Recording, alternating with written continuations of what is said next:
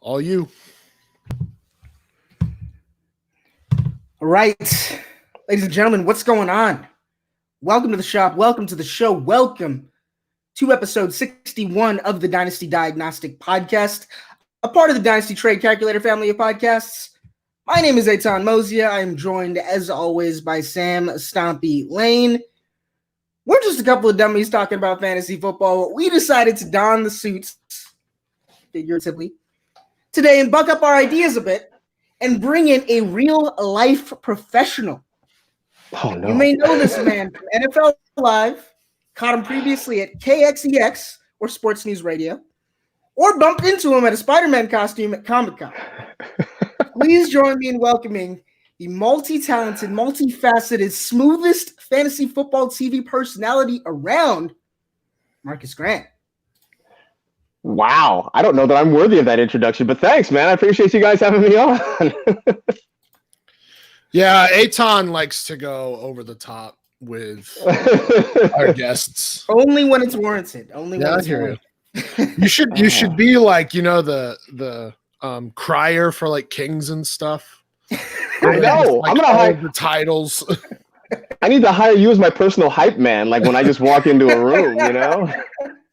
Perfect, man. I don't know if you guys have seen that Family Guy episode where Peter has a guy just following him the entire episode, kind of giving him like the whole hype experience every single place he goes, and a theme song. I think that's what I'm destined for. That's where we're at in life.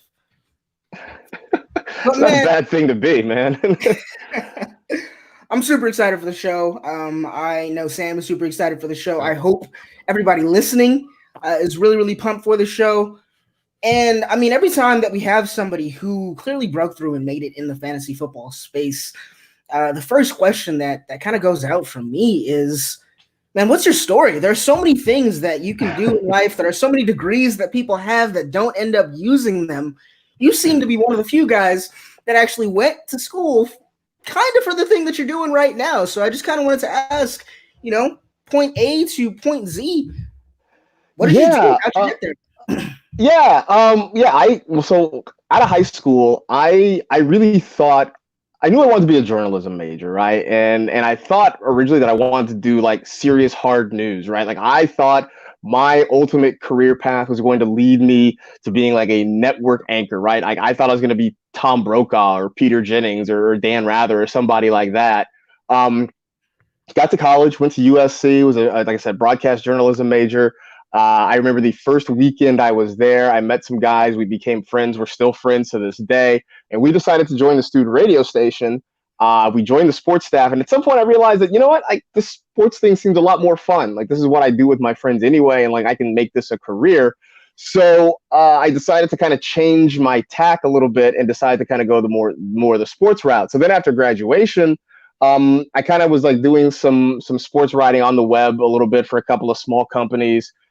Decided I wanted to get out of that because I wanted to do play-by-play. So I spent 2 seasons as a minor league baseball play-by-play announcer in the California League. Did that for a couple of seasons. Landed after that in just sports radio. Was in Fresno for about 5 years doing sports radio. Was lucky enough to get a job through a friend and former colleague to come back to Los Angeles, and was working for Sporting News Radio's national network for a little bit. Did that for about a year and a half. That job dried up because they moved operations to Houston. I decided I wanted to, stay in Los Angeles as opposed to move to Houston. So was sitting on my couch, friends riding, smoking weed, and watching SVU reruns. And got a tip from another former coworker that the NFL every now and then is looking for people, so maybe you should try applying for a job there. So this was 2011, so this was actually during the lockout in 2011, but I just remember going on their website. I applied for, I don't know, maybe 4 or 5 jobs. Had kind of forgotten about it because nobody got back to me because obviously they didn't know if there was going to be football, so I had sort of forgotten about it. Got a call one day from Michael Fabiano asking if I wanted to interview for a job writing about fantasy football. I mean, at this point, like I never thought of that as a career. It was, I played just for recreation or whatever, to be social, but I never thought about doing this as a job. But he asked if I wanted a job doing it. I said, does it pay? He said, yeah. I said, sure, I'll come in and interview. And so the night before the interview, and I mean, this is not a joke, and I've told him this isn't like a secret or anything. The night before the interview, I read a week's worth of his columns, and I basically regurgitated his information back to him. A couple weeks later, I turn on ESPN. They are announcing that the NFL lockout has ended. About an hour after that, Fabs calls me and offers me the job, and here we are 9 years later. I've been fortunate to kind of hang around here and be doing this as long as I have. Hey, man, that works. Right education, right place, right time. All lined up. Absolutely. All right, so let's go from that into, I mean, obviously, it sounds like, yes, maybe there was some serendipity involved with being able to actually land that actual interview, but you had a bunch of experience before that. You seem, like you said, to have had a pathway in mind to, if not necessarily go into the sports world, to be into the news world. So my question would be, would your advice for other people kind of looking to make the same transition be to make sure that you have all your ducks in a row, make sure that you have the education background that you had that allowed you to kind of get that opportunity?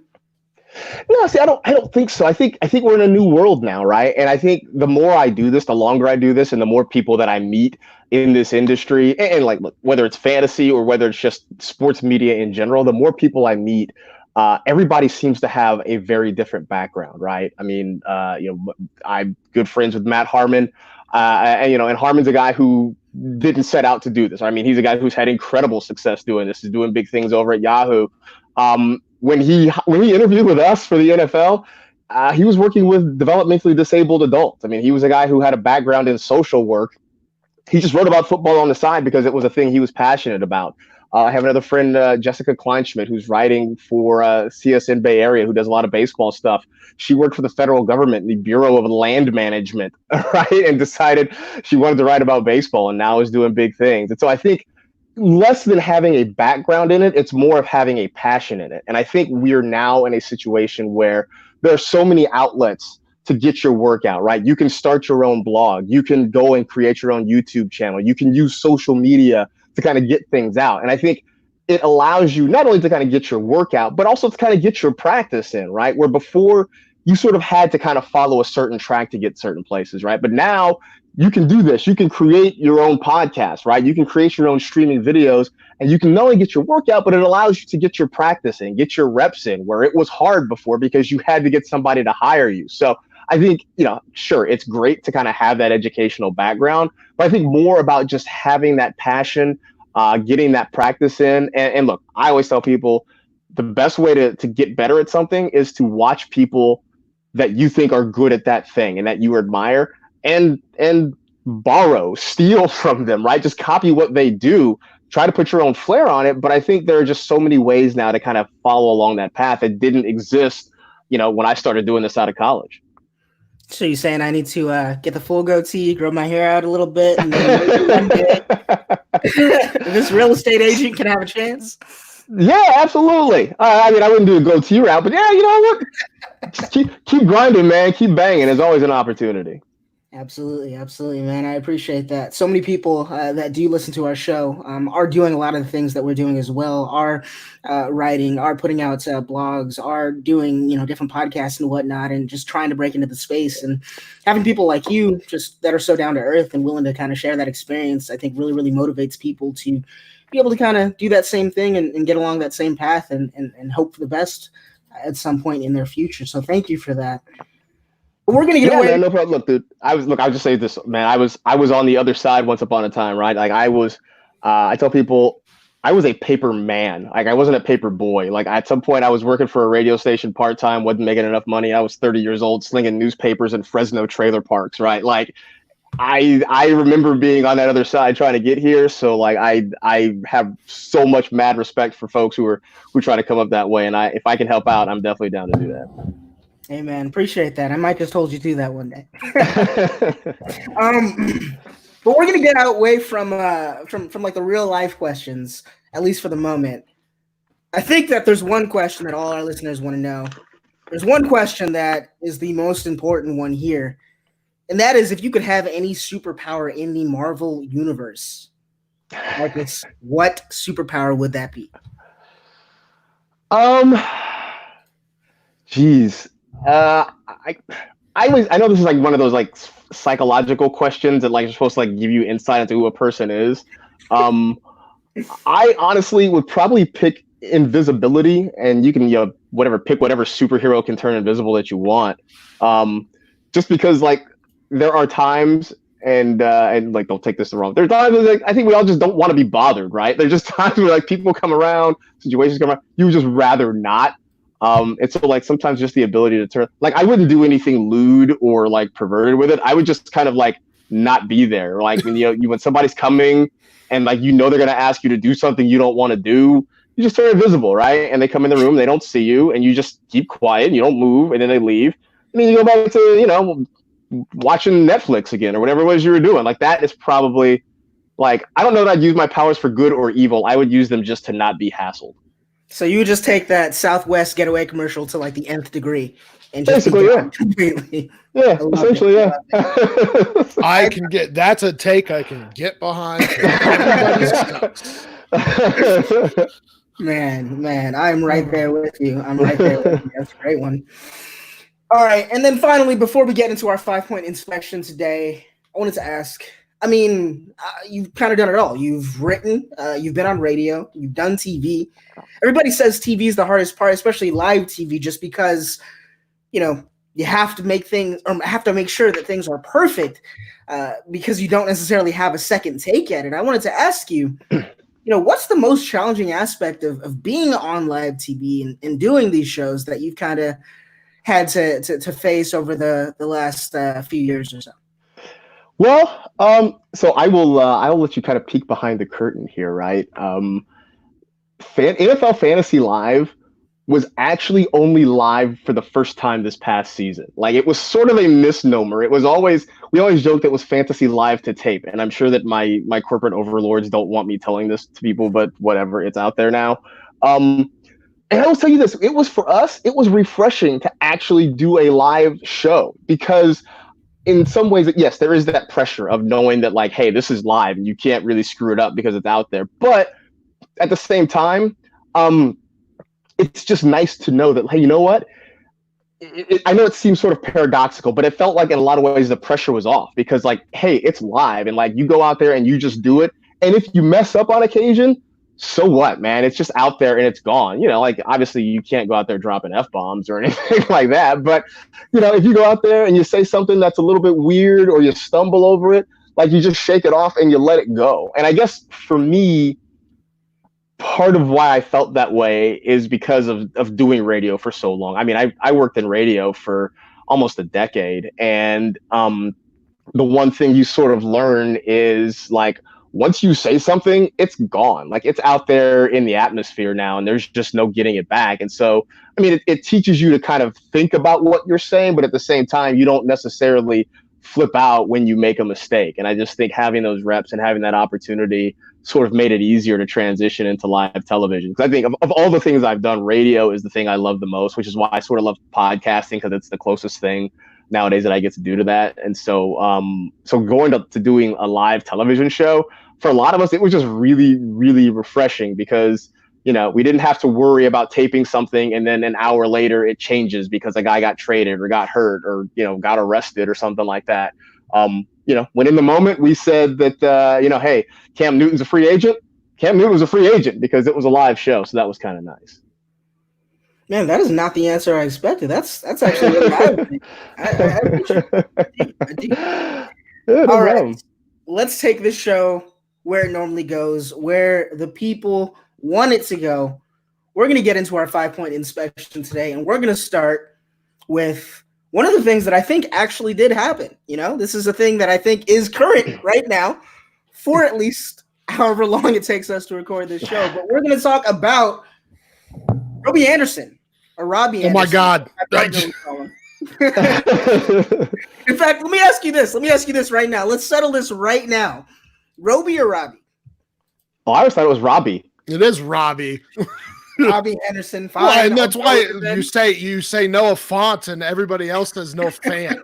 I mean, like Roby would be 1B, right? Like Reggie Roby, like Bradley Roby. Like that's 1B. Like I figure 2Bs, he's Robbie, right? The double B got me. Robbie Anderson to Carolina. I mean, let's first talk about the implications for him. Let's first talk about the implications for Teddy Bridgewater. And then we'll get into whether or not this spells doom and gloom for a guy that a lot of people, in fact, a guy that you mentioned just a few minutes ago on this podcast, Matt Harmon, had a lot of hope for in Curtis Samuel. So what does the addition of Robbie Anderson to the Carolina offense mean for fantasy? I mean, it's kind of hard. It was just, on the wish list of places I wanted Robbie Anderson to go, like Carolina never ever came to mind for me. I mean, I thought Philadelphia, Green Bay, I know was a very popular choice, which I thought would have worked very well, kind of pairing him up with Devontae Adams. Never in a million years would have come up with Carolina. It even seemed less likely when they added Teddy Bridgewater to be their quarterback. I mean, Anderson's biggest asset is his long speed, his ability to stretch a defense, to take the top off a defense. I'll say this. I like that he got away from Adam Gase. That's a plus. We saw all the guys who got away from Adam Gase last year, right? I mean, Ryan Tannehill, Kenyon Drake, Devontae Parker. Like you have a long list of guys who got away from Adam Gase last year and had big seasons. So in that respect, that's good. But Teddy Bridgewater isn't known as a guy who's going to stand back there and sling the ball deep down the field. I don't know how this works. The only thing I can think is that this connects him with Matt Rule, who was his coach at Temple back in college. So maybe there's some sort of connection. There's some sort of familiarity and comfort there. But just on its surface, this is not a match. It's not a connection that makes a whole lot of sense to me. I mean, nail on the head there with Teddy Bridgewater at 6.1 and 6.2 ADOT the past 2 seasons. He just doesn't throw the ball down the field. He has a good completion percentage on the deep ball, but doesn't throw it down the field. Yeah, I mean, probably one of the worst situations that he could have landed in. But when probably only one team is offering you double-digit millions when you were looking for 14 million, probably is going to take it. Yeah, I heard about 12 of that contract is guaranteed up front in the first year. So he's getting close to the number that he wanted. But yeah, as you said, that's probably not his ideal. Just to kind of further that point with Teddy Bridgewater and why I think everybody here on this panel doesn't necessarily think that Robbie Anderson is going to be a great fit. I mean, deep ball attempts, 15 total attempts, 1.7 per game. That ranked 37th in the National Football League last season. And this isn't something that is new to Teddy Bridgewater. As Sam was saying, his ADOT as such has been the same throughout his entire career. This has been a guy that's been more of a dink and dunk passer, more of a guy that's more focused on getting those yards after catch and whatnot. And I don't think Robbie Anderson is the guy that is necessarily going to play to those strengths. So I think that this might just be a situation where it's a push. Kind of like you guys said, maybe there's some positives just because Adam Gase is out of the picture. But I mean, are you spending a second round pick on Robbie Anderson if you had it in Dynasty right now? Oh, goodness, no. No, goodness, no. I will say this though, Sam, you made a good point though about, not having a whole lot of offers. And I think if you're Robbie Anderson right now, you are taking whatever the first really good offer is because look, he was kind of hanging out there and was like left without any real opportunities. Mm-hmm. And as you get closer to the draft, considering how deep this draft is going to be with wide receiver talent, if you wait too long, suddenly those offers that you did have dry up even more as teams kind of start picking up wide receivers in the draft. Yeah, I can definitely agree with that. Let's take the other side of this. Maybe not the complete other side. We'll do that in just a moment. But at least the other side on that team, people are saying that this spells doom for Curtis Samuel. I'm not sure if I'm one of those. I think, and both myself and Sam actually had this conversation on the last podcast, that Curtis Samuel, at least in college when he was at Ohio State, he was primarily a receiver that kind of worked the intermediate parts of the field. In fact, he was he wasn't a short yardage receiver because he got a lot of yak, but he caught passes very, very close to the line of scrimmage, and I think he has the ability to do that again. In fact, if you look at all the Carolina receivers last year, Curtis Samuel actually had the most targets of any of them in the slot last year. So I think he can move to that role full-time, and I think that this is actually a boon for him. Do you have any disagreement with that, or do you have something to maybe add to that assertion? No, I mean, I sort of was under the impression that both Curtis Samuel and DJ Moore were kind of winners in free agency without having gone anywhere. Just look, after having dealt with Kyle Allen and Will Grier last year, it couldn't really get much worse for them, right? And so I think just having Teddy B makes it an upgrade for them. I liked Curtis Samuel. I know you mentioned Matt Harmon. I mean, he is the guy I like to call the wide receiver whisperer. So when he and I have a similar wide receiver take, it makes me feel better about myself. And so I was big on Curtis Samuel last year. I know it ended up sort of being a weird season in that he had a ton of air yards, but didn't get close to 1,000 receiving yards. But I guess that speaks more probably to the quarterback play than anything he did. But I think he has a nice year coming for him this year. And I just feel like what he does and what Robbie Anderson does are different enough that I don't see Anderson really eating into any of his production. I just go back to, I don't really understand. I just don't understand the Robbie Anderson signing for Carolina. Just to put numbers to what Marcus is talking about, he was ninth in the league in air yards, 52nd in the league in reception yards. His target quality was 101st. His catchable target percentage was 105th. And his catch rate was 101st, but his true catch rate was 60th. So he improved, or he caught more balls than he should have, basically. So yeah, I mean, those are the numbers. And I know air yards, especially in this context where it's like, well, you just said Teddy Bridgewater doesn't throw it downfield. Yes, I agree, but he is more accurate. And like Eitan said earlier, he played mostly from the backfield or from the slot for Ohio State. And that's where he got 1,600 plus yards. And that's what the Panthers drafted him as. And he was just misused by Norv Turner. So now getting that deep threat allows Robbie Anderson or allows Curtis Samuel to come down, get those short to intermediate routes and use his best attributes, which is his short speed, and get the yak and basically be a running back with the ball in his hands. And people just looking at production are going to pretty much write off Curtis Samuel as, a guy that's not all that good. But yeah, his target accuracy, and as to everything that Sam was saying, his target accuracy was 105th in the league. But I mean, his cushion was third overall in the entire league. His target separation of 1.75 yards was 23rd in the league.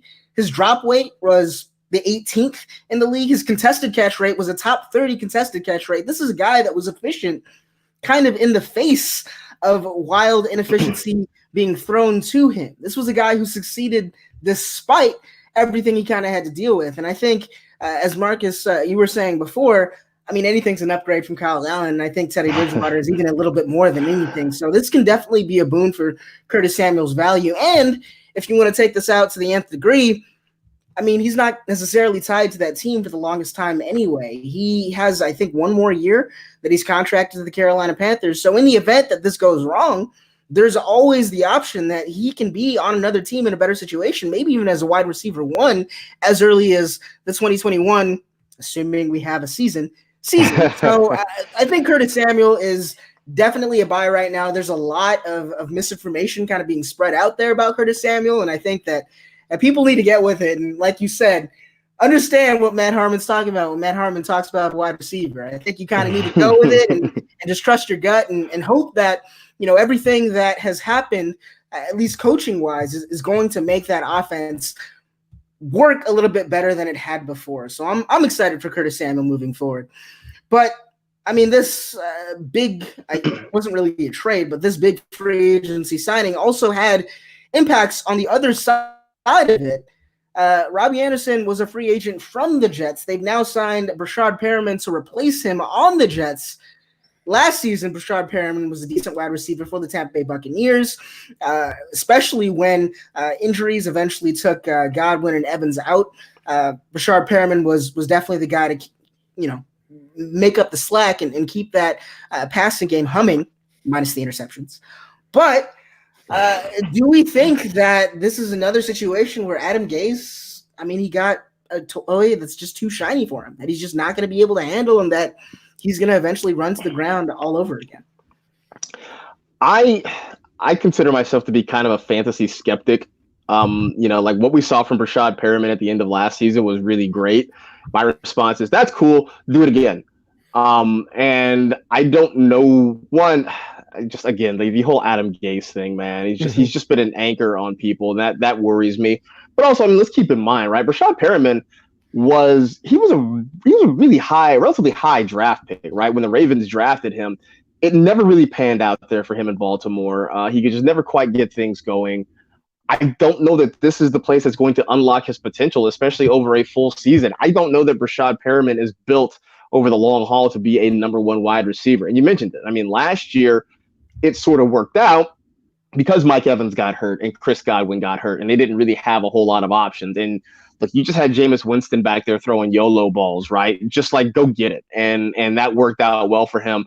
And look, Brashad Perriman, he helped people win fantasy championships last year, right? If you were in the playoffs and you went and snagged him off the waiver wire late in the season, there's a very good chance he helped you win a title, or at least helped you get through the playoffs a little bit. I don't believe in him. I don't trust him. And I say this as somebody who, look, I'm a USC alum, and I want to see all the Trojans do well, and I really want the best for Sam Darnold.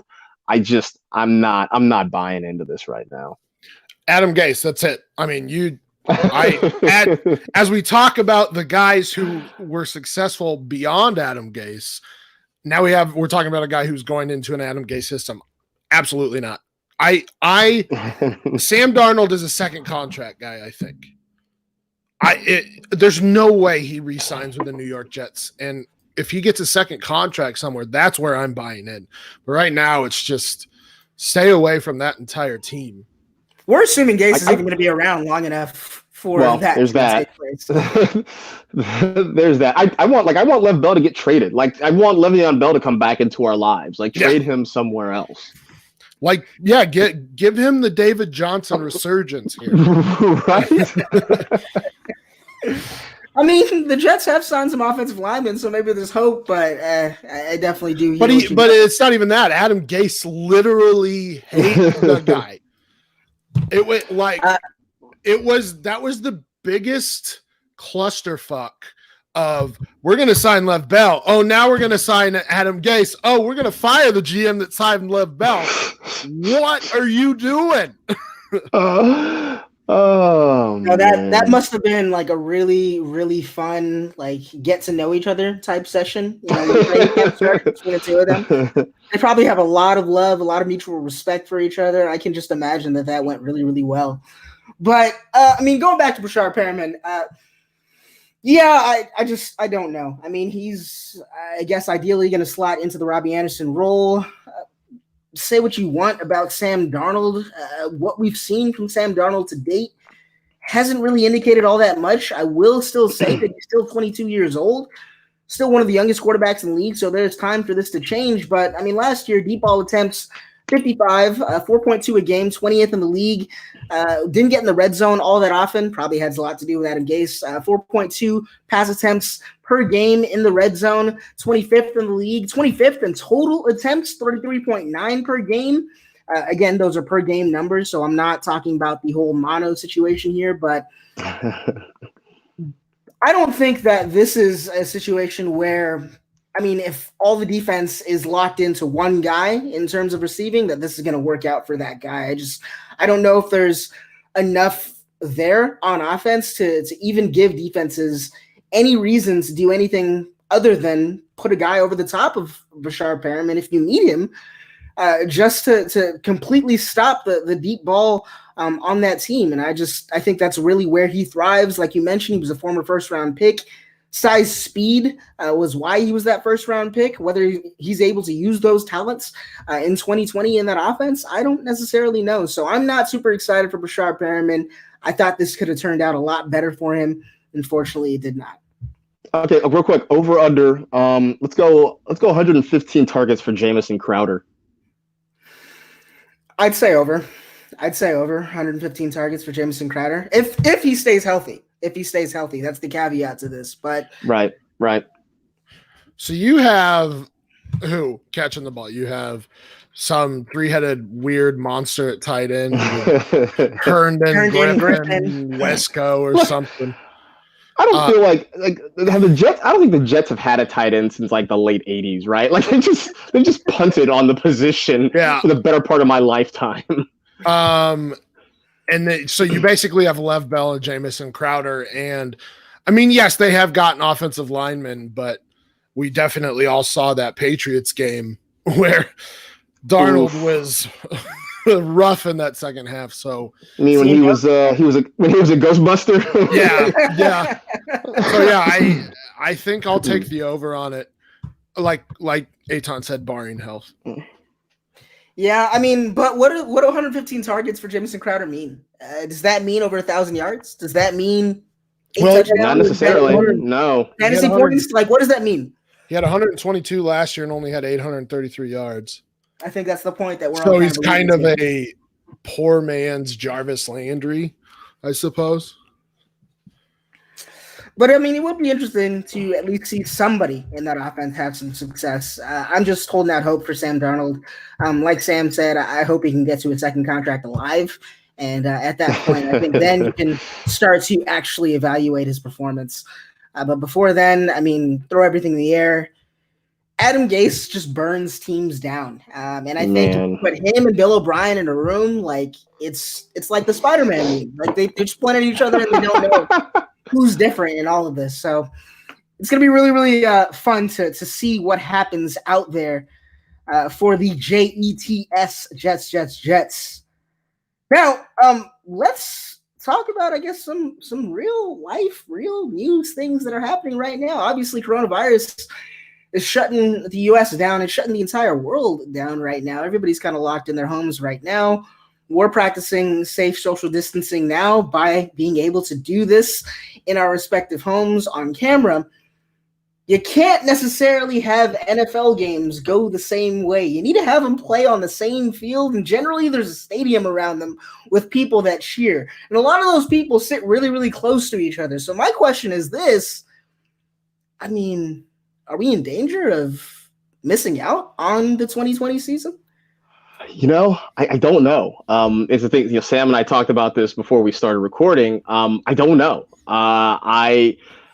In the last day or so, I've really started to think about what this could mean. I think, you know, seeing that they are postponing the Olympics to 2021 is a big step, right? Because you're talking about the Olympics taking place in like July, August, usually sometime around that time period. So, I mean, that is squarely in the time period where we would be talking about training camps and preseason games and those sorts of things.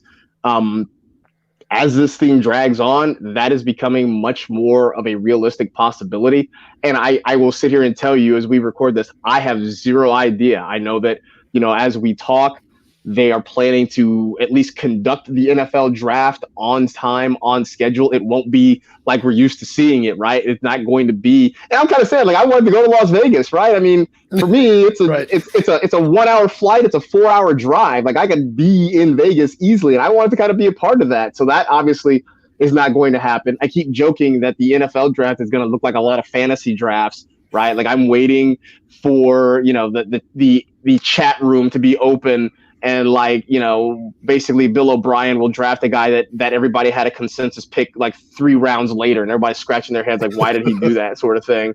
But I legitimately have no idea what's going to happen with the NFL season. And I think the league is still trying to look. There are people that are way above my pay grade who get, you know, who have to make these decisions. And I'm sure they are huddling from a safe social distance away from each other in New York, trying to figure out what happens. But it is just as much a mystery to me as it is to the rest of you guys. You know what? I just got that image of if it's like those draft rooms and you have all of the GMs or owners or whatever in the draft room just talking shit to everybody. old horseface Elway gets a little bit drunk and just starts chirping at Bill Belichick. You know, like the Patriots make a pick and like Belichick drafts somebody that like people literally have never heard of. Everybody's like, wait, who? What? who's that guy, or whatever. Have you seen Chappelle's show when they do the racial draft? The racial draft, yeah. Just like stuff like that.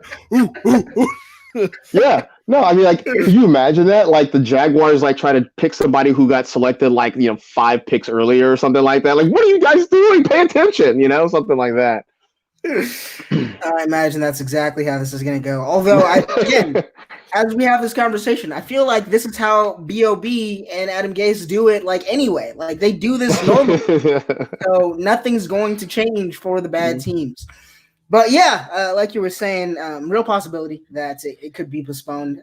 I think everybody does need to be cognizant of that moving forward. But I hope that's not the case. But obviously, safety is the number one priority. So I just hope that our doctors, our scientists, I hope Stompy can save us all. And save us, Stompy. I'm trying, man. I'm like one of like 3 people actually in the lab right now. So I'm like Dr. Robert Neville from I Am Legend. The last one. You take a shotgun to work every day. Yep. What the hell is going on? Stay away from me. I don't want to touch you. All right, back to actual players hopefully playing football, but not playing football right now because they don't have a team. Jameis Winston, Andy Dalton, Cam Newton, all free agents currently, I think. Do these guys deserve a starting job in the NFL at this point? Do you think they're better than some of the 31 starters out there? And if that doesn't come to pass, if NFL GMs decide that that's not the case, I mean, is there an ideal landing spot for each one of these guys? Well, I'll start by ranking them in order of like who deserves a starting job most to least. One, Cam. Look, as long as Cam is healthy, like, I mean, look, before 2 seasons ago, right? Like the first half of the season, Cam was playing really well. Then the shoulder got hurt and he just wasn't right and it kind of fell apart. And then last year, the foot and everything kept him off the field. So Cam definitely deserves a starting job. Then Jameis, just because he's still younger and, he went 30 for 30, which look, in a really ass backwards way, I sort of respect the hell out of that. And so like maybe he deserves a starting job. Andy Dalton is number 3 on that list because to me, he's like Schrodinger's quarterback. He's either good or not good, and I'm just not sure which at this point. But he's had enough of an opportunity that I don't think I need to see any more from him at this point. I would love to see Cam go to New England. I don't know if that's going to happen or not. I just can't think Bill Belichick rides into the season, even as smart and good as he is as a coach, ride into the season with Jarrett Stidham and Brian Hoyer as his 2 quarterbacks. Go get Cam. Go remake your offense around him and like let's just go prosper and let's make this thing work and see what can happen there. For Jameis, it won't happen, but I would love to see Jameis come out to LA and be the Chargers quarterback, right? And look, I know Phillip Rivers threw a lot of interceptions at the end of last season and they moved on from him. And I know Jameis throws a lot of interceptions, but the difference is Jameis is at least a little bit more mobile behind a bad offensive line that he can sort of extend plays and make things happen. And when Jameis throws on the move and gets out of the pocket, he actually makes some interesting things happen there. And I think that'd be very, very fun to watch. I mean, with Keenan Allen, with Mike Williams, with Austin Eckler, with Hunter Henry, there are pieces there that he could be successful with. You do have to live with him throwing it to the wrong colored jersey on occasion. Although, hey, look, but he had LASIK surgery, right? He had LASIK. So maybe it's fine. Maybe he can see now. Maybe it'll be okay. But I do think Jameis with the Chargers would be fun, although everything I've heard says they are really gung-ho, it seems, on trying to draft Justin Herbert and making him their quarterback of the future. So we'll see.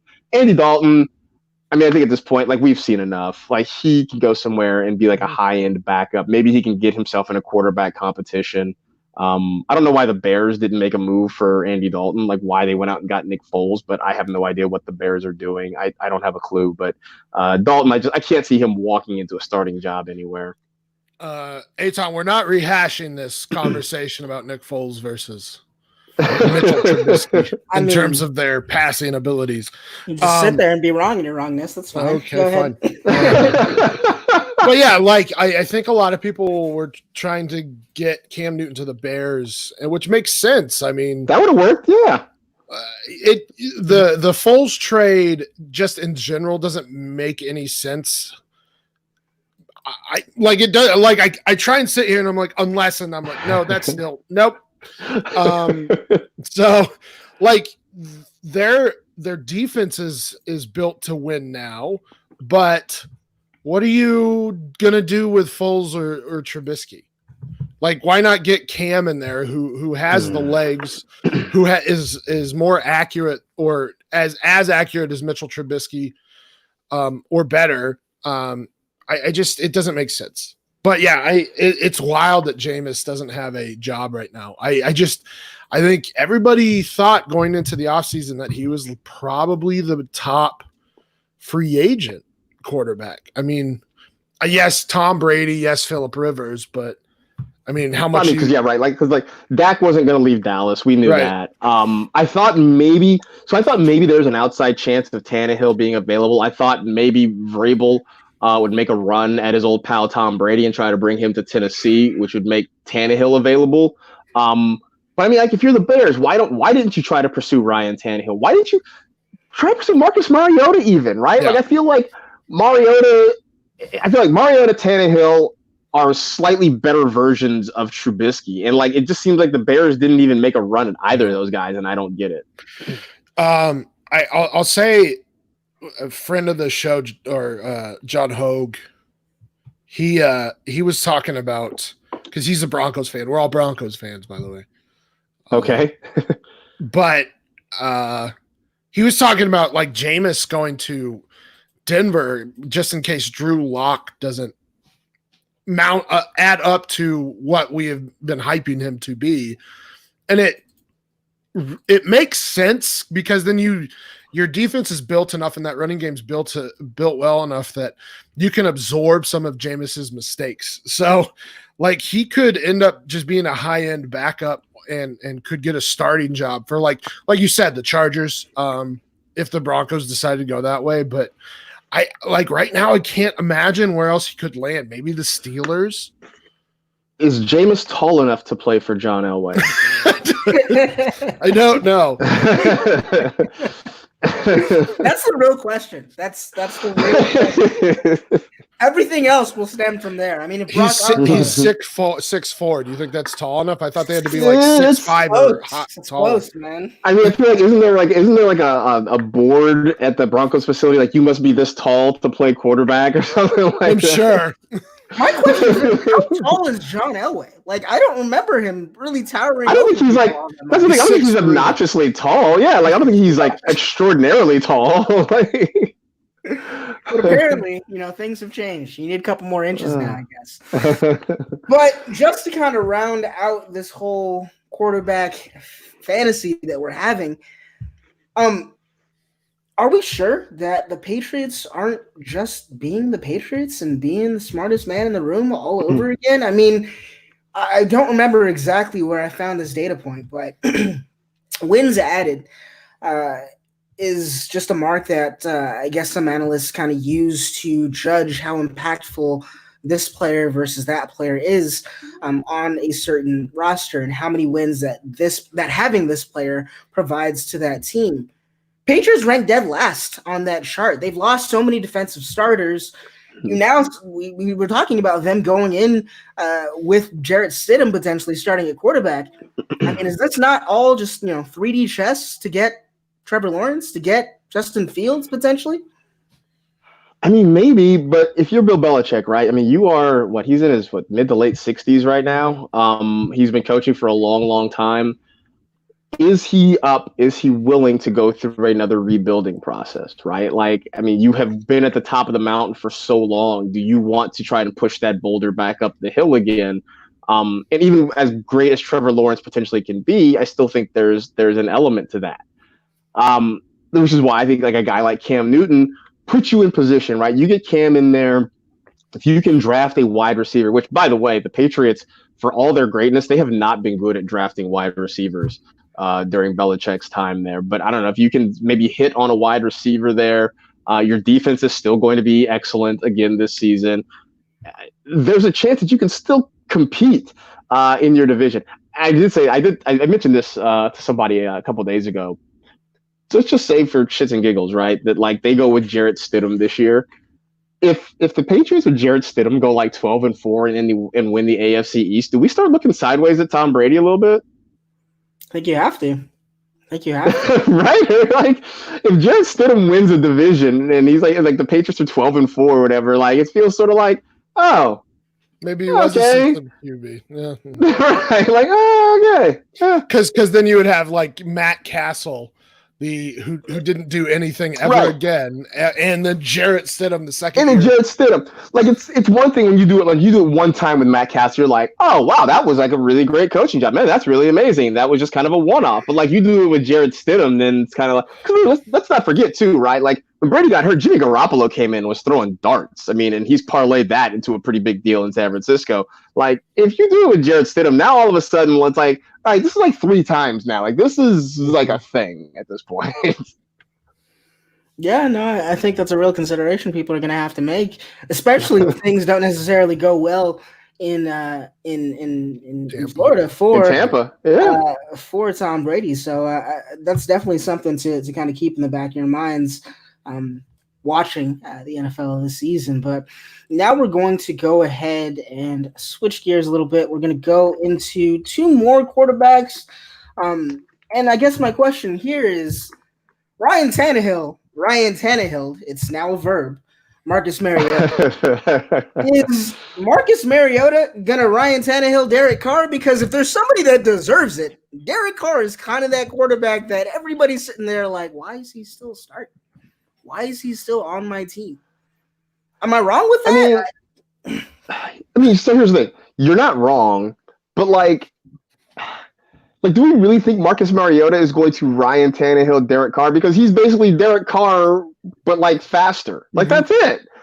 They're kind of the same guy. Neither one is very aggressive. They're both conservative throwing the football. Neither one's going to throw a whole lot of interceptions. So like in that respect, they're not going to kill you with turnovers, but they're also not going to go out there and like win you a whole lot of football games. And so like that's why like I saw it. I'm like, I guess good for Mariota. He got himself a job. He's going to get himself into a quarterback competition. And if Derek Carr stumbles along the way, like Mariota very well could end up as the starter there. But it just feels to me like they're sort of the same guy in a lot of respect. It's funny. Daniel Jeremiah, who was an incredibly smart guy, an incredibly nice guy, he had a really great tweet midway during the season.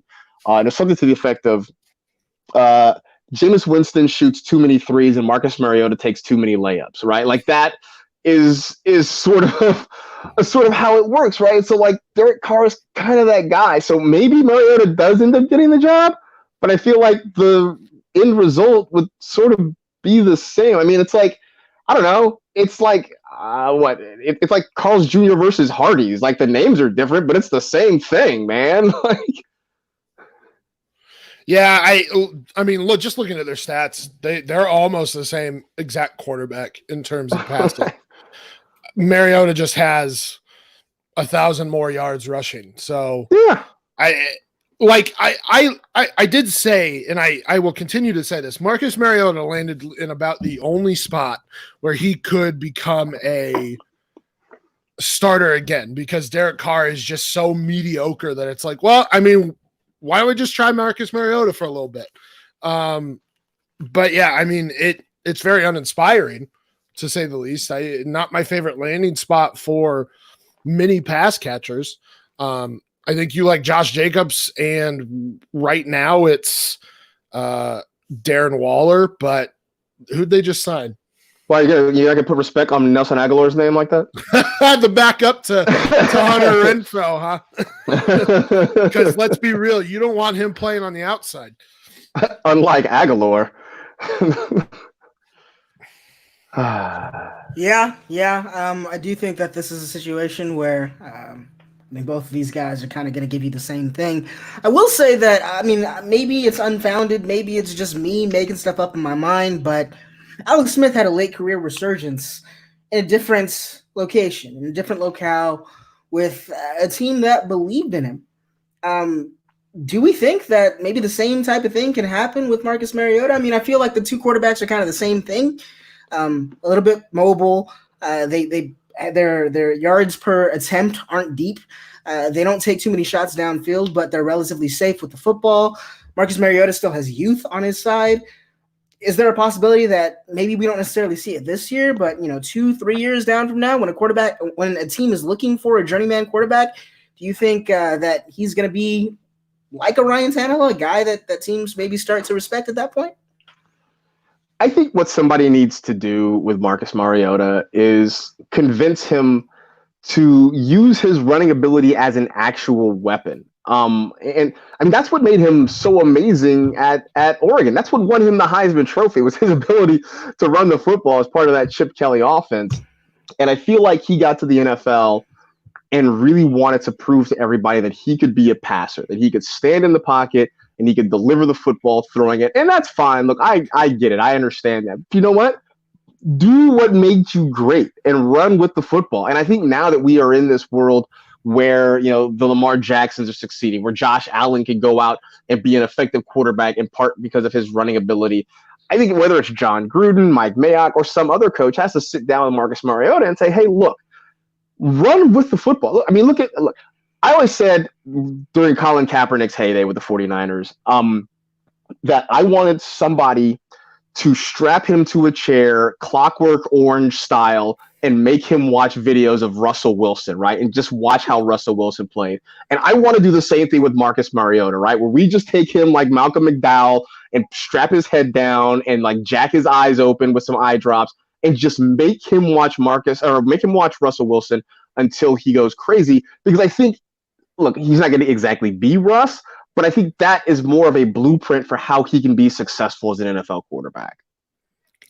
And I mean, we're starting to see it now where the NFL is really moving towards those more athletic quarterbacks. I mean, Lamar Jackson being the best example, but Josh Allen is there. Cam Newton Newton, Mike Vick, but now we have Kyler Murray 2 years after Lamar Jackson. You didn't even mention the GOAT, PJ Walker. Jalen Hurts is coming in, and I think he can make a pretty massive impact. So those mobile quarterbacks, even Pat Mahomes is a decent runner. Yeah. So I think we're starting to see that transition. So why not embrace, like you said, that side of you where it's like, I understand you want to be a traditional quarterback, a passing quarterback, but that's not who Marcus Mariota is. He's somebody who has speed and can make plays or should be able to make plays on the fly. And like you said, he just doesn't use it like he should. I think a lot like RG3, that Marcus Mariota got hurt again, and then kind of got to the point where maybe he's doesn't necessarily have the mindset to go out and run and create contact and maybe get hit awkwardly all over again. This might be a situation where it's a crisis of confidence more than it is really ability for Marcus Mariota. And I just think that, as you were saying, putting him down, strapping him down, making him watch somebody that probably has a better arm than him, but at least has similar skill sets, I think would be very, very helpful for him just to be able to get a little bit of his confidence back and get him to again, do the things that made him such a dynamic player at Oregon. I wish for the best for a guy like him. I kind of think he got shafted just a little bit. Not that it was unwarranted. I just think that there's a human element to all of this as well. Oftentimes we look at these guys, players are players, and that's the only way that we see them. But I think that there are real fears when it comes to injuries that definitely impact these guys' careers, maybe more than they let on. But that would be the end of our Marcus Mariota conversation. I'm now going to ask you to give us the secret sauce. I want you to go ahead and tell me if there's somebody out there that maybe the mainstream's not picking up, or maybe, isn't as publicized as they should be, that is going to be the breakout player this year. Any position, quarterback, running back, wide receiver, tight end. Wow. Who is Marcus Grant's number one breakout for the quote unquote 2020 season? All right, so I'll give you two guys that I have my eye on as sort of, I guess, deep sleepers, if you will. Both of them wide receivers, both of them second year players, and both of them are guys that I really liked last year that didn't quite pop, but I'm kind of doubling down with them this year. One in Arizona is Keyshawn Johnson. who I liked them last year. I know that, they had all those young wide receivers. They drafted Johnson, Isabella, Hakeem Butler, who never quite got on the field. What I like about Johnson is he's a guy who doesn't necessarily pop in any one area. Like, you saw him at the combine. There was nothing about him that necessarily stood out in any of the drills, but he's very good and very solid in a lot of different areas. He was coached in college by Jeff Tedford at Fresno State, who, Tedford has put a lot of really talented guys into the NFL.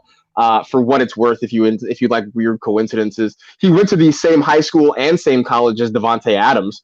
So there's that part. Obviously, if he can get on the field, the targets will be there for him in Arizona, because I expect they're going to run that Cliff Kingsbury wide open air raid offense, throw the football a lot. So there's going to be opportunity for him.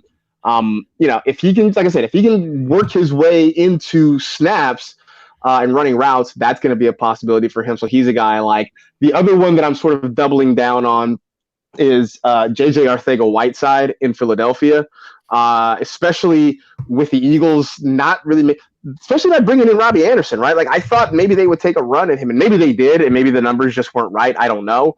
But I thought that Arcega-Whiteside last year really had an opportunity to maybe make some plays. It just never really happened. I mean, that Eagles wide receiver core just got decimated by injury pretty much all season long. But I mean, this is a dude, again, like being out here in LA and being a USC guy, I see a lot of Pac-12 football, and I got sick to death of watching J-Jaw just jump ball over my USC cornerbacks for years and years and years. So maybe there is some bias there, but I do think he's a potential playmaker. He's a big body who I think, especially in the red zone, can be an impact player. And again, with the Eagles so far not making a move to shore up their wide receivers, I mean, who knows what happens with Alshon Jeffrey? Who knows what happens with Deshaun Jackson? I mean, maybe they do draft somebody, but I think there's some opportunities for Arcega-Whiteside to go out there this year and maybe be an impact player. Peter Howard's in the chat right now watching us. He is a proponent of buying second-year wide receivers. I'm not going to go into why, because I think I've misrepresented his point too many times. I just trust him. And if you actually look at, and I think most recent example is 2018, where you saw DJ Moore, Michael Gallup, Cortland Sutton. I mean, I'm sure I'm forgetting. DJ Chark, like, take monster steps forward in their second season. Chark, especially because he didn't do anything in his rookie season. So I'm all about buying second-year wide receivers. Really like JJ Arcega-Whiteside. So I'm on the same wavelength here, but my guy is Paris Campbell. Okay. Injured most of last season. T.Y. Hilton's getting up there in age for a wide receiver. I think he's going to enter the season at 32 years old. You get a quarterback who struggled to throw deep last season, was very inaccurate deep. So people should be actually pretty stoked about Tyrod Taylor with Mike Williams, by the way, just because you get a decent deep ball from Tyrod and probably more accurate deep ball at this point. But yeah, and Paris Campbell played significant amount of snaps from the slot, not so much from T.Y. Hilton. We've seen Phillip Rivers use the slot receiver with Keenan Allen playing in 45% of his snaps from the slot each of the last two seasons. So I think Paris Campbell, after the hype in the second year, the second round draft capital, can take a step this year, especially with somebody like Phillip Rivers, who likely is hopefully not going to be asked to throw it deep too often. So I like Paris Campbell, and I do not like T.Y. Hilton at all this year. It's funny too, because it used to be third-year wide receivers. Like when I first started doing fantasy football seriously, it was kind of the third-year wide receiver, and now that timeline has shrunk, and maybe it's because teams are throwing the football more and they're putting more wide receivers on the field. Maybe that has something to do with it, but it is funny how it's gone from, guys in their third year used to sort of pop. Now it's guys in their second year. So maybe we'll get to a point where just like the rookie wide receivers, although a couple years ago, we did have like a ton of rookie wide receivers come in and play well. So who knows? That might have even been, was it not last year, 2 years ago? Like 2 years ago. Calvin Ridley and right. Yeah. Yeah. Yeah, my guy. It's two guys. They're both tight ends. I think both of them are going to have really big seasons this year. One of them's a homer pick. I mean, shoot the messenger if you want to. Noah Fant. Say it correctly. Nope. Noah Fant. Noah Fant. However, I decide to say it. I can say Alberto Guegmunam, and you can't. So leave me alone with names. Yeah, I'll say this. You did help me with Dare Ogunbuwale. I did. There you go. Everybody needs a Nigerian in their life, but that's besides the point. Noah Fant. However you decide to say his name. Dude was a beast last year. Only really Courtland Sutton on the other side of that. I don't necessarily see where the Broncos are going to get another high volume receiver. A lot of the chatter is that they're going to draft a speed guy, which I think only helps both Fonts as well as Courtland Sutton. I keep hearing Henry Ruggs' name come up with that. Exactly. Noah Fant last season had a racer, which is one of Josh Hermsmeyer's metrics. That was actually just around guys like Cooper Kupp, Michael Thomas, not too far from them. He had a decent target share. Again, I don't envision that much competition for targets going into next season. His ADOT was 7.8. So that's not to say that he's only a deep ball threat. He's a guy that can also function close to the line of scrimmage if need be. And then we've seen what the Broncos have bought in so far. They've focused on the run game. They focused on being able to keep that offense functioning. And I just think that if you get more red zone opportunities for a guy like Noah Fant, that's just going to give him everything that he needs to be, I think, a top 8, a top 6 tight end going into the season. I don't think he's the only one. Blake Jarwin, he's the only game in town right now at tight end in Dallas. And a lot of the things that I talked about with Noah Fant, at least in terms of athleticism, Blake Jarwin shares as well, not to the level of Noah Fant because Noah Fant's off the charts, but Blake Jarwin is not going to have a large amount of competition for targets in that role, and we've seen that role heavily used in Dallas throughout the last couple of years. Blake Jarwin's ADOT is 8.1, so, I mean, he's even operating further down the field than Noah Fant is, and his racer is a little bit higher as well. All I think he needs is targets. All I think he needs is volume, and I really do think that he's in line to get that this year because I don't think that the Cowboys are just spending money willy-nilly aside from the money that they spent on Ezekiel Elliott. So I think that those two tight ends are going to be very, very valued additions to dynasty rosters this coming season. That's kind of you to say that Jerry Jones isn't spending money willy-nilly because that dude, man, that dude just he just turns on the money faucet and just lets it rain on people. I don't know how they except for Dak for some reason. I don't know how, but yeah, except for they're spending $33 million on him this year. I just don't know where he gets all the money I thought this was supposed to be a salary cap league, and he's just giving out, like you said, just big monster contracts to players. And I'm like, well, but how? I don't understand. You just gave one to Jalen Smith. Now you're giving one to Zeke and Amari Cooper, and you have Dak on the okay. Didn't you know that the guy from the Monopoly board games with the monocle is Jerry Jones? That's an actual portrait of Jerry Jones handing out the Monopoly money. So that'll be definitely fun to see this year. But we are now going to go ahead and go into the main part of our show. The reason that the show is named the Dynasty Diagnostic. We're going to go and look at a dynasty roster. So, ladies and gentlemen, let's plug in the analyzer and let's get to this week's Dynasty Diagnostic. Our episode 61 roster was submitted by James Black. You can find him at James Black the 4th. Please be sure to give him a follow on Twitter. And if you want to be part of next week's show, all you have to do is follow the podcast at Dino Diagnostic.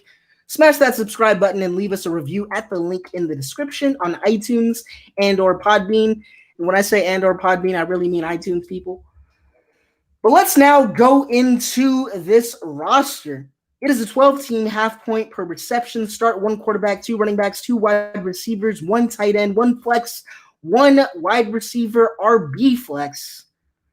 At quarterback, we have Dak Prescott, Josh Allen, and the guy we were talking about before, the GOAT of GOATs, Jarrett Stidham. So it's a 1 quarterback league. Dak Prescott, Josh Allen, Jarrett Stidham. Do we need to talk about this? I mean, you have Dak and Josh Allen. To me, those are 2 top 10 quarterbacks, probably top 8 quarterbacks. I know Sam hates Josh Allen, but Josh Allen has legs and doesn't care what Sam I thinks. hate Josh Allen as a passer. Relax. I understand his value as a fantasy football quarterback.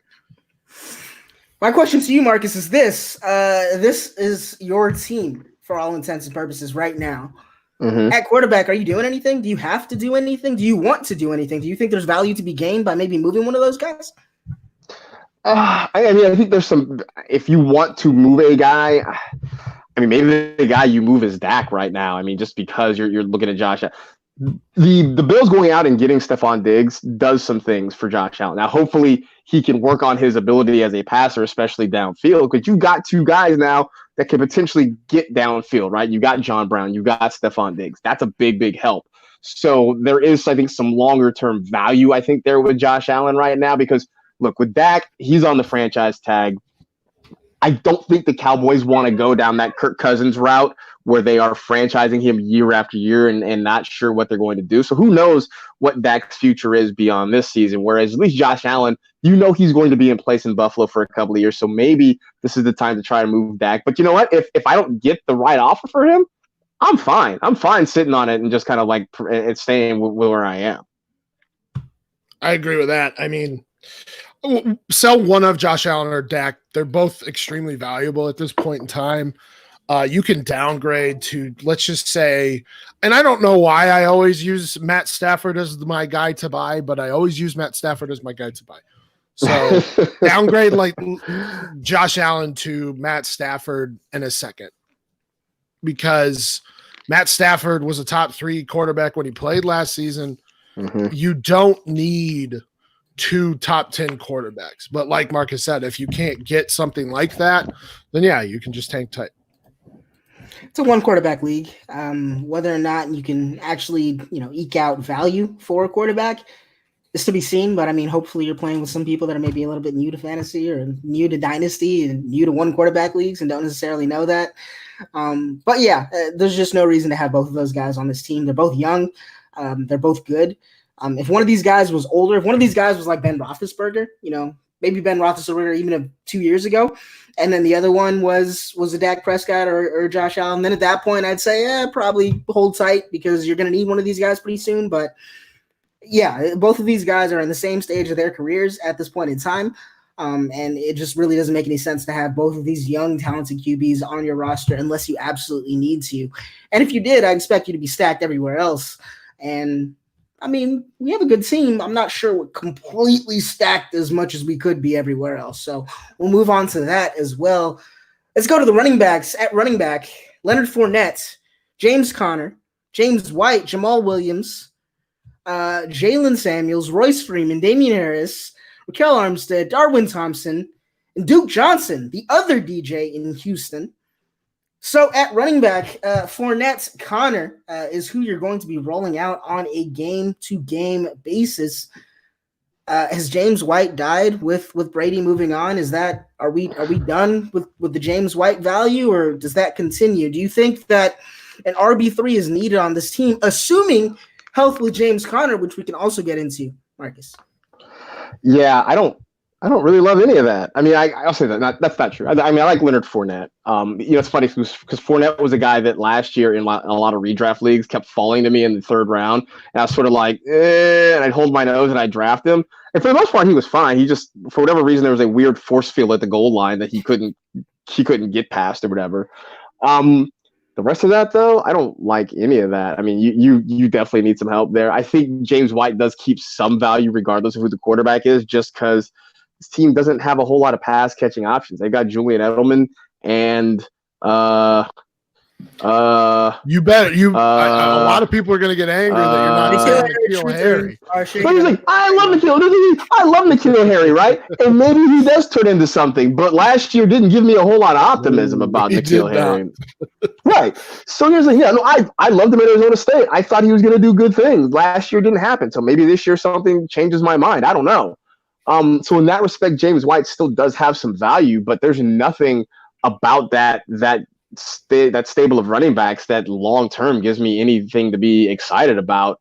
That's one where you're definitely looking to try and make a move somewhere. Maybe you maybe you stumble upon somebody in your rookie draft, or you find a way to make a deal. But that's a situation that needs some help. Yeah, I mean, I'm always for depth, and Fournette, we know, doesn't have the healthiest past. We know James Conner really doesn't have the healthiest past. So those two very easily could go down this season. And then who do you have? James White. I mean, Jamal Williams is fine RB4 because he definitely got his touches last season.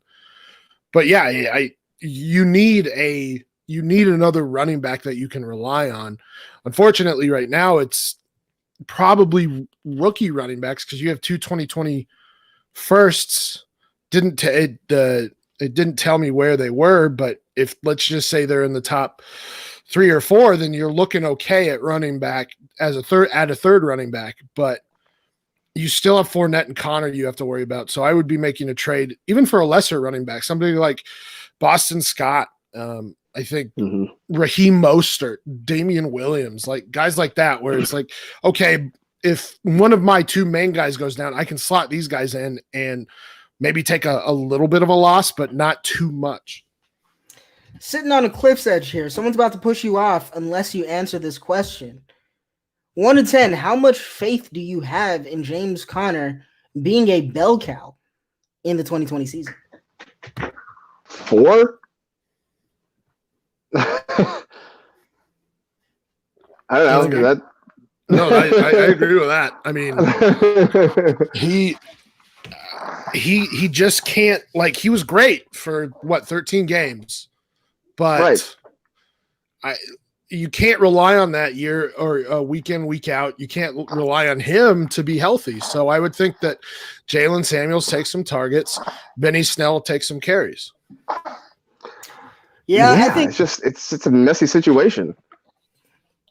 I completely agree. And I think that coupled with the fact that Green Bay has actually come out and said that apparently Aaron Jones and Jamal Williams aren't even enough running backs on that team, that they need a third guy to go ahead and take off some of the pressure from Aaron Jones and from Jamal Williams. I think that makes things with Jamal a little bit more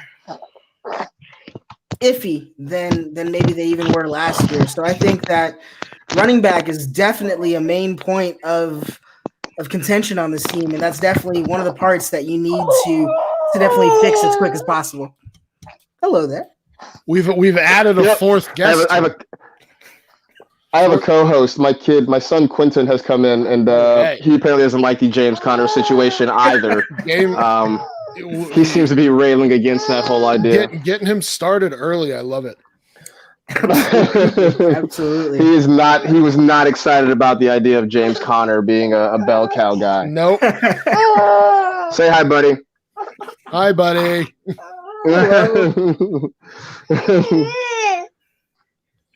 All right. So now let's get into wide receivers.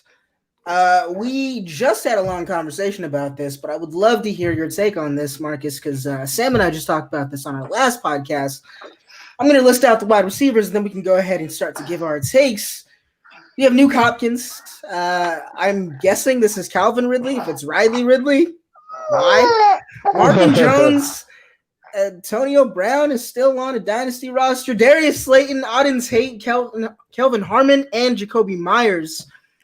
Jacoby Myers might be a guy that we kind of all forgot about as a pass catcher in New England. Maybe there's potentially some value there, but I'm terrified of this wide receiver group. I like Nuke. I don't think D-Hop is going to be the D-Hop of old because I don't think he's going to get 160 targets, 150 targets. I think Sam and I talked about this. I think we see it closer to 130, 120, and any decrease in volume, I mean, that's got to count against a wide receiver. Calvin Ridley, a lot opens up with Austin Hooper outside of the fold. Austin Hooper, I believe, was, quote-unquote, the number 2 receiver on that team for the last couple of seasons. Without him there, they're definitely going to need to rely more on Calvin Ridley. And, of course, they have first-round pick Laquan Treadwell to pick up the slack. So, I really think that his targets are assured. But beyond that, Marvin Jones has had sky-high seasons. He's also been injured. We also don't really know how that Detroit offense is going to function, but we hope that Matt Stafford is back to what he was doing last year off injury. After that, Darius Slayton, I think, is a dart throw. I think we're going to see additions to the offensive side of that team in New York. Auden Tate, I don't necessarily know who between Auden Tate or John Ross is the guy that is still relevant if AJ Green is playing games this season. Kelvin Harmon, I think that ship has sailed. Jacoby Myers, again, might be the one guy that we might have overlooked in looking at the New England Patriots pass-catching options this season, but I think that we need some help here at wide receiver. Am I alone in that, or do you agree?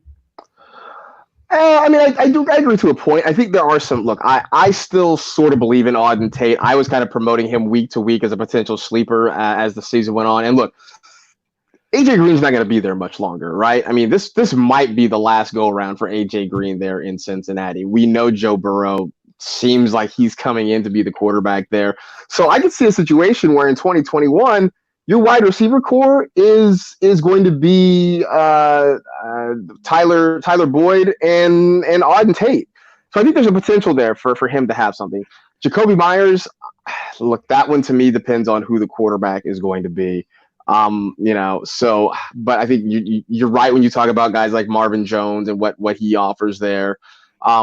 I don't know. I think it's sort of a mixed bag at the wide receiver. Look, I will tell you this. I feel better about the wide receivers than I do about the running backs. I don't know if that I don't know if that's really setting a high bar, but I do feel better about that group of receivers than I do about the running backs. I would feel better about the wide receivers if Nook didn't get traded to the Cardinals. Because you can't necessarily rely on 150 plus targets anymore from DeAndre Hopkins. 120, 130 maybe, but and what does that mean in that offense? I mean, he's never been an ADOT guy. So I think he largely relied on volume. So I just don't love him anymore as my wide receiver one. Ridley's great. I mean, there's nothing to talk about with Ridley. He did step up last season. He was better last season. He was more consistent. He's a great wide receiver two. I think Marvin Jones is an okay wide receiver three, but then after that, it just gets really rough. I mean, there's nothing there to back you up this season, and there's a lot of question marks. So I think what I'm seeing is you need at least one more reliable running back and at least one more reliable wide receiver. So I don't have the numbers in front of me. I feel like this past year might have been Nuke's worst when it comes to ADOT. And I say that anecdotally as somebody who drafted him in a lot of leagues. There was nothing more disheartening or frustrating than seeing him catch a pass and the blue line of scrimmage line was still on the screen. Like, that's like the worst thing ever for your fantasy wide receiver. Like, you don't want that blue line of scrimmage line to be anywhere near your line of sight. And it just seemed like every time he caught the ball, you could see that line on the screen still. Yeah, I know there were several games last season where you relied a lot on those PPR points. And if he wasn't getting those, you were in trouble. Yeah, that's because they used Kenny Stills, and then when the two games that Will Fuller was healthy, they used him as well to be default threats on that team. So maybe that was just a needs must situation for DeAndre Hopkins. Now, I completely agree. Like I said, I mentioned this even going into this. Targets are going to come down. But I mean, as the counterpoint to that, if you look at the two quarterbacks, if you look at the two team situations, maybe there's a little bit of hope here. Deshaun Watson was 18th overall in red zone attempts last year. Now, I don't know how sticky that is team to team, year to year, but if you look at Kyler Murray was 10th. That's a significant upgrade in terms of being close enough to the red zone. And it's not like the Arizona Cardinals have a tight end or have a big body that they can go to. Nuke is that big body. He's the guy that they brought in to do that, to have that role on that team. So maybe we can see a little bit more touchdown play for Nuke, but I mean, even so, that's banking on a lot. He is, provided what happens with Hakeem Butler, because that was supposed to be Hakeem Butler's role. He just never got on the field at all last year. Very sure. God, I'm really rooting for Hakeem Butler. I was disappointed when they drafted 3 wide receivers and he was the last one. And then Keyshawn Johnson was the best one. Anyway. Yeah. He might be. Let's now go into tight ends, which I think is the one spot. I mean, maybe not the one spot. I think you're pretty good at QB too, but the one spot on this team that is a shining example to all dynasty owners out there of how to build a position group. We got George Kittle, Mike Gesicki, and Eric Ebron on this roster. Eric Ebron, the new Steeler. Can talk about that in just a moment. Mike Gesicki, Ryan Fitzpatrick is a DGAF quarterback. I want a DGAF quarterback throwing to basically a slot receiver in Mike Gesicki. And George Kittle is an absolute monster, so we don't even have to spend time on him. But tight end, George Kittle, Mike Gesicki, Eric Ebron. I love this, and it's so beautiful, and I'm so sad that I have to break it up. But for the sake of your wide receiver core, for the sake of your running back core, one of these guys has got to go. You know which guy has to go. You know which guy has got to go. Don't say it. Oh, please don't say it. I don't want to say it. Don't say it. It's George Kittle. Oh.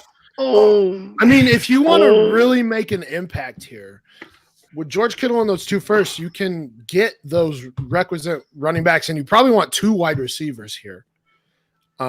George Kittle and those 2 firsts can provide that. I mean, with the first, you can get probably a rookie running back, hopefully who lands in a good situation. I would be trading that second pick for a lower wide receiver. I think Tyler Lockett, Tyler Boyd, Cooper Kupp in that kind of area. And then George Kittle probably nets you a decent tier 2 wide receiver. And then I feel a lot better about this lineup or this roster. I mean, you are right. Everything you say makes sense. It just hurts my heart to hear it. No, I mean, listen, he is the best fantasy tight end at this point. And it's tough to trade like those top end assets because that's the one thing about fantasy football I think a lot of people have a hard time with is being objective about their rosters. And you sit there and you're like, I get it. Like George Kittle, elite option, but what is the best thing for me going forward on this team? And it's probably to sell those guys who are like peak value that you can break down into more good players, more assets that would make you maybe not as your ceiling's not as great, but your floor and your consistency is a lot better. And you can afford to do this on this roster. Last episode, if you guys tuned in, I spoke a lot about really, really being heavily invested in 1 or 2 positions for the purpose of giving you the flexibility to go ahead and move out of those assets to fix other parts of your team when you need to. Mike Gesicki is going to be a tight end 1 this year. It's going to happen. There is a possibility that Eric Ebron sneaks into tight end 1 as well as a Pittsburgh Steeler. And if that's the case, then, I mean, you don't have to worry about replacing George Kittle when you trade him. You just have to get other assets at other parts of this team to at least have a competitive roster as a whole. And then maybe you can go ahead and use a later round pick on getting another hyper athletic tight end that in 2 or 3 years maybe works out for you. But I think this is an example of building unbalanced in a way that allows you to be more flexible down the line when you've identified the specific parts of your roster that you need to upgrade to go ahead and be more of a competitive team. So we hate to say it, but Stompy's completely right. George Kittle's the guy that needs to go on this team. We hate to say it, but Stompy is right. That describes our relationship. That feels like an elbow, man. Like he just like came with a flying elbow drop, man. That's yeah. We kind of take pot shots at each other once in a while. Oh man, this was a fun time. But this is now the most important part of this. Marcus, our podcast is called the Dynasty Diagnostic. We bring people into our shop, into our service center, and we diagnose their team. So think about this team in terms of car terms. What is this team to you if it was a car? And what do you need to do to go ahead and get this team back on track? Well, look, I mean, for the most part, this car still runs, right? Like you can get it out there on the road, and it'll get you a decent ways. It's not going to get you maybe if you're trying to take a long trip, if you're trying to go cross country, go coast to coast. I don't know that this car is going to quite get you there. Look, think of this as what is this, 2020? So this is like a 2005 Honda Accord, right? Like it runs well. It's got a lot of miles on it, but it'll get you quite a ways. I think you need a little bit more in the engine right now, right? You just got to get something that we talked about the wide receivers, we talked about the running backs. You kind of need that. So I guess in that respect, you kind of need more on the tires, right? Your tires are a little bit thin, a little bit low on the tread. So if you can do that, kind of get some more all weather tires, something that's going to get you the distance, I think that helps you get there. You got a good engine with the quarterbacks. You got a good body, a good foundation with the tight ends. You just need a little bit more on the tires, and I think that'll help get you all the way to the finish line. So this is one of those cars that on the outside look fantastic. Like, let's just say it's like a 2020, 2021, because we're going into that now.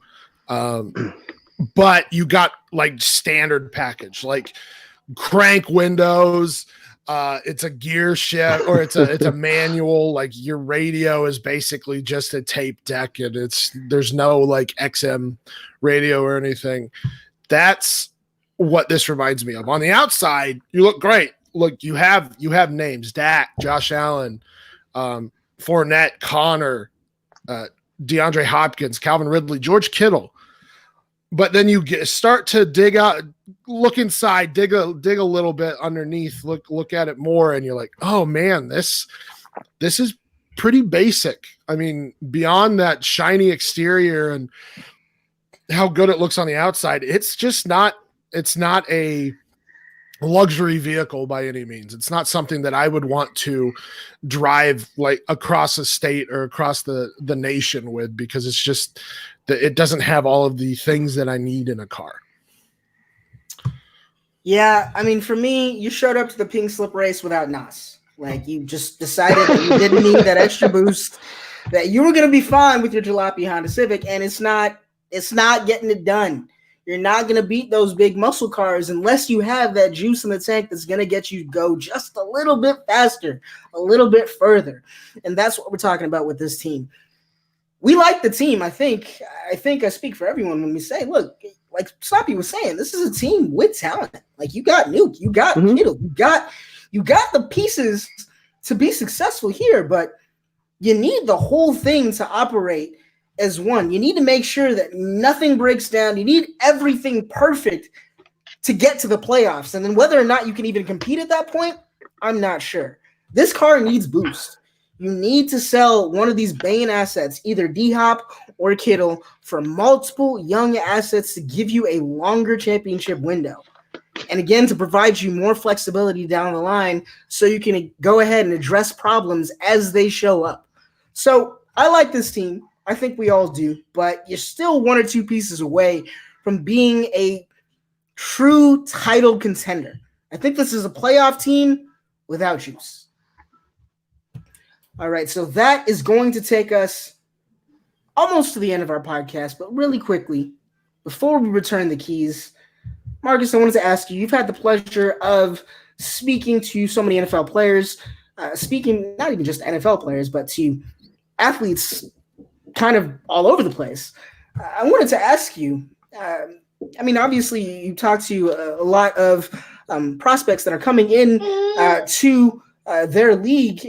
Is there, one or two kind of attributes or one or two things that maybe you're listening for that kind of give you a key into having a little bit of an understanding of what it really takes to be an impact player in any league, really? I think it's was it like they say with like, with art, like I can't define it, but you know it when you see it. And I think it's sort of like that, right? Like, I don't know if there's one thing you can quantify, because I think for all these guys, right, like nobody or very few guys go into professional sports half-heartedly. I mean, I think there are guys out there who do play because they are talented and it's a good way to make some money. But I think most of these guys go in there expecting to be successful and trying to win. And I think it's sort of hard to pinpoint one thing. But I do think you just kind of feel from guys like a seriousness about their craft and a desire to actually be great. And it's just not a thing that I think you can just pinpoint and say, like, hey, they say A, B, and C, and you know this guy's going to be a star. But it's just about a way a guy carries himself, or or a woman carries herself, and you can just sort of see it and feel it about them. I mean, like, people have a presence, and I think it's just one of those things when you're around somebody and you kind of feel or see that presence that you're like, okay, this person has it, and this person has the opportunity to be successful if they land in the right situation. Love it. Love it. Great final point to this podcast. Ladies and gentlemen, thank you for joining us. That is it for today. Please make sure to follow your head technicians.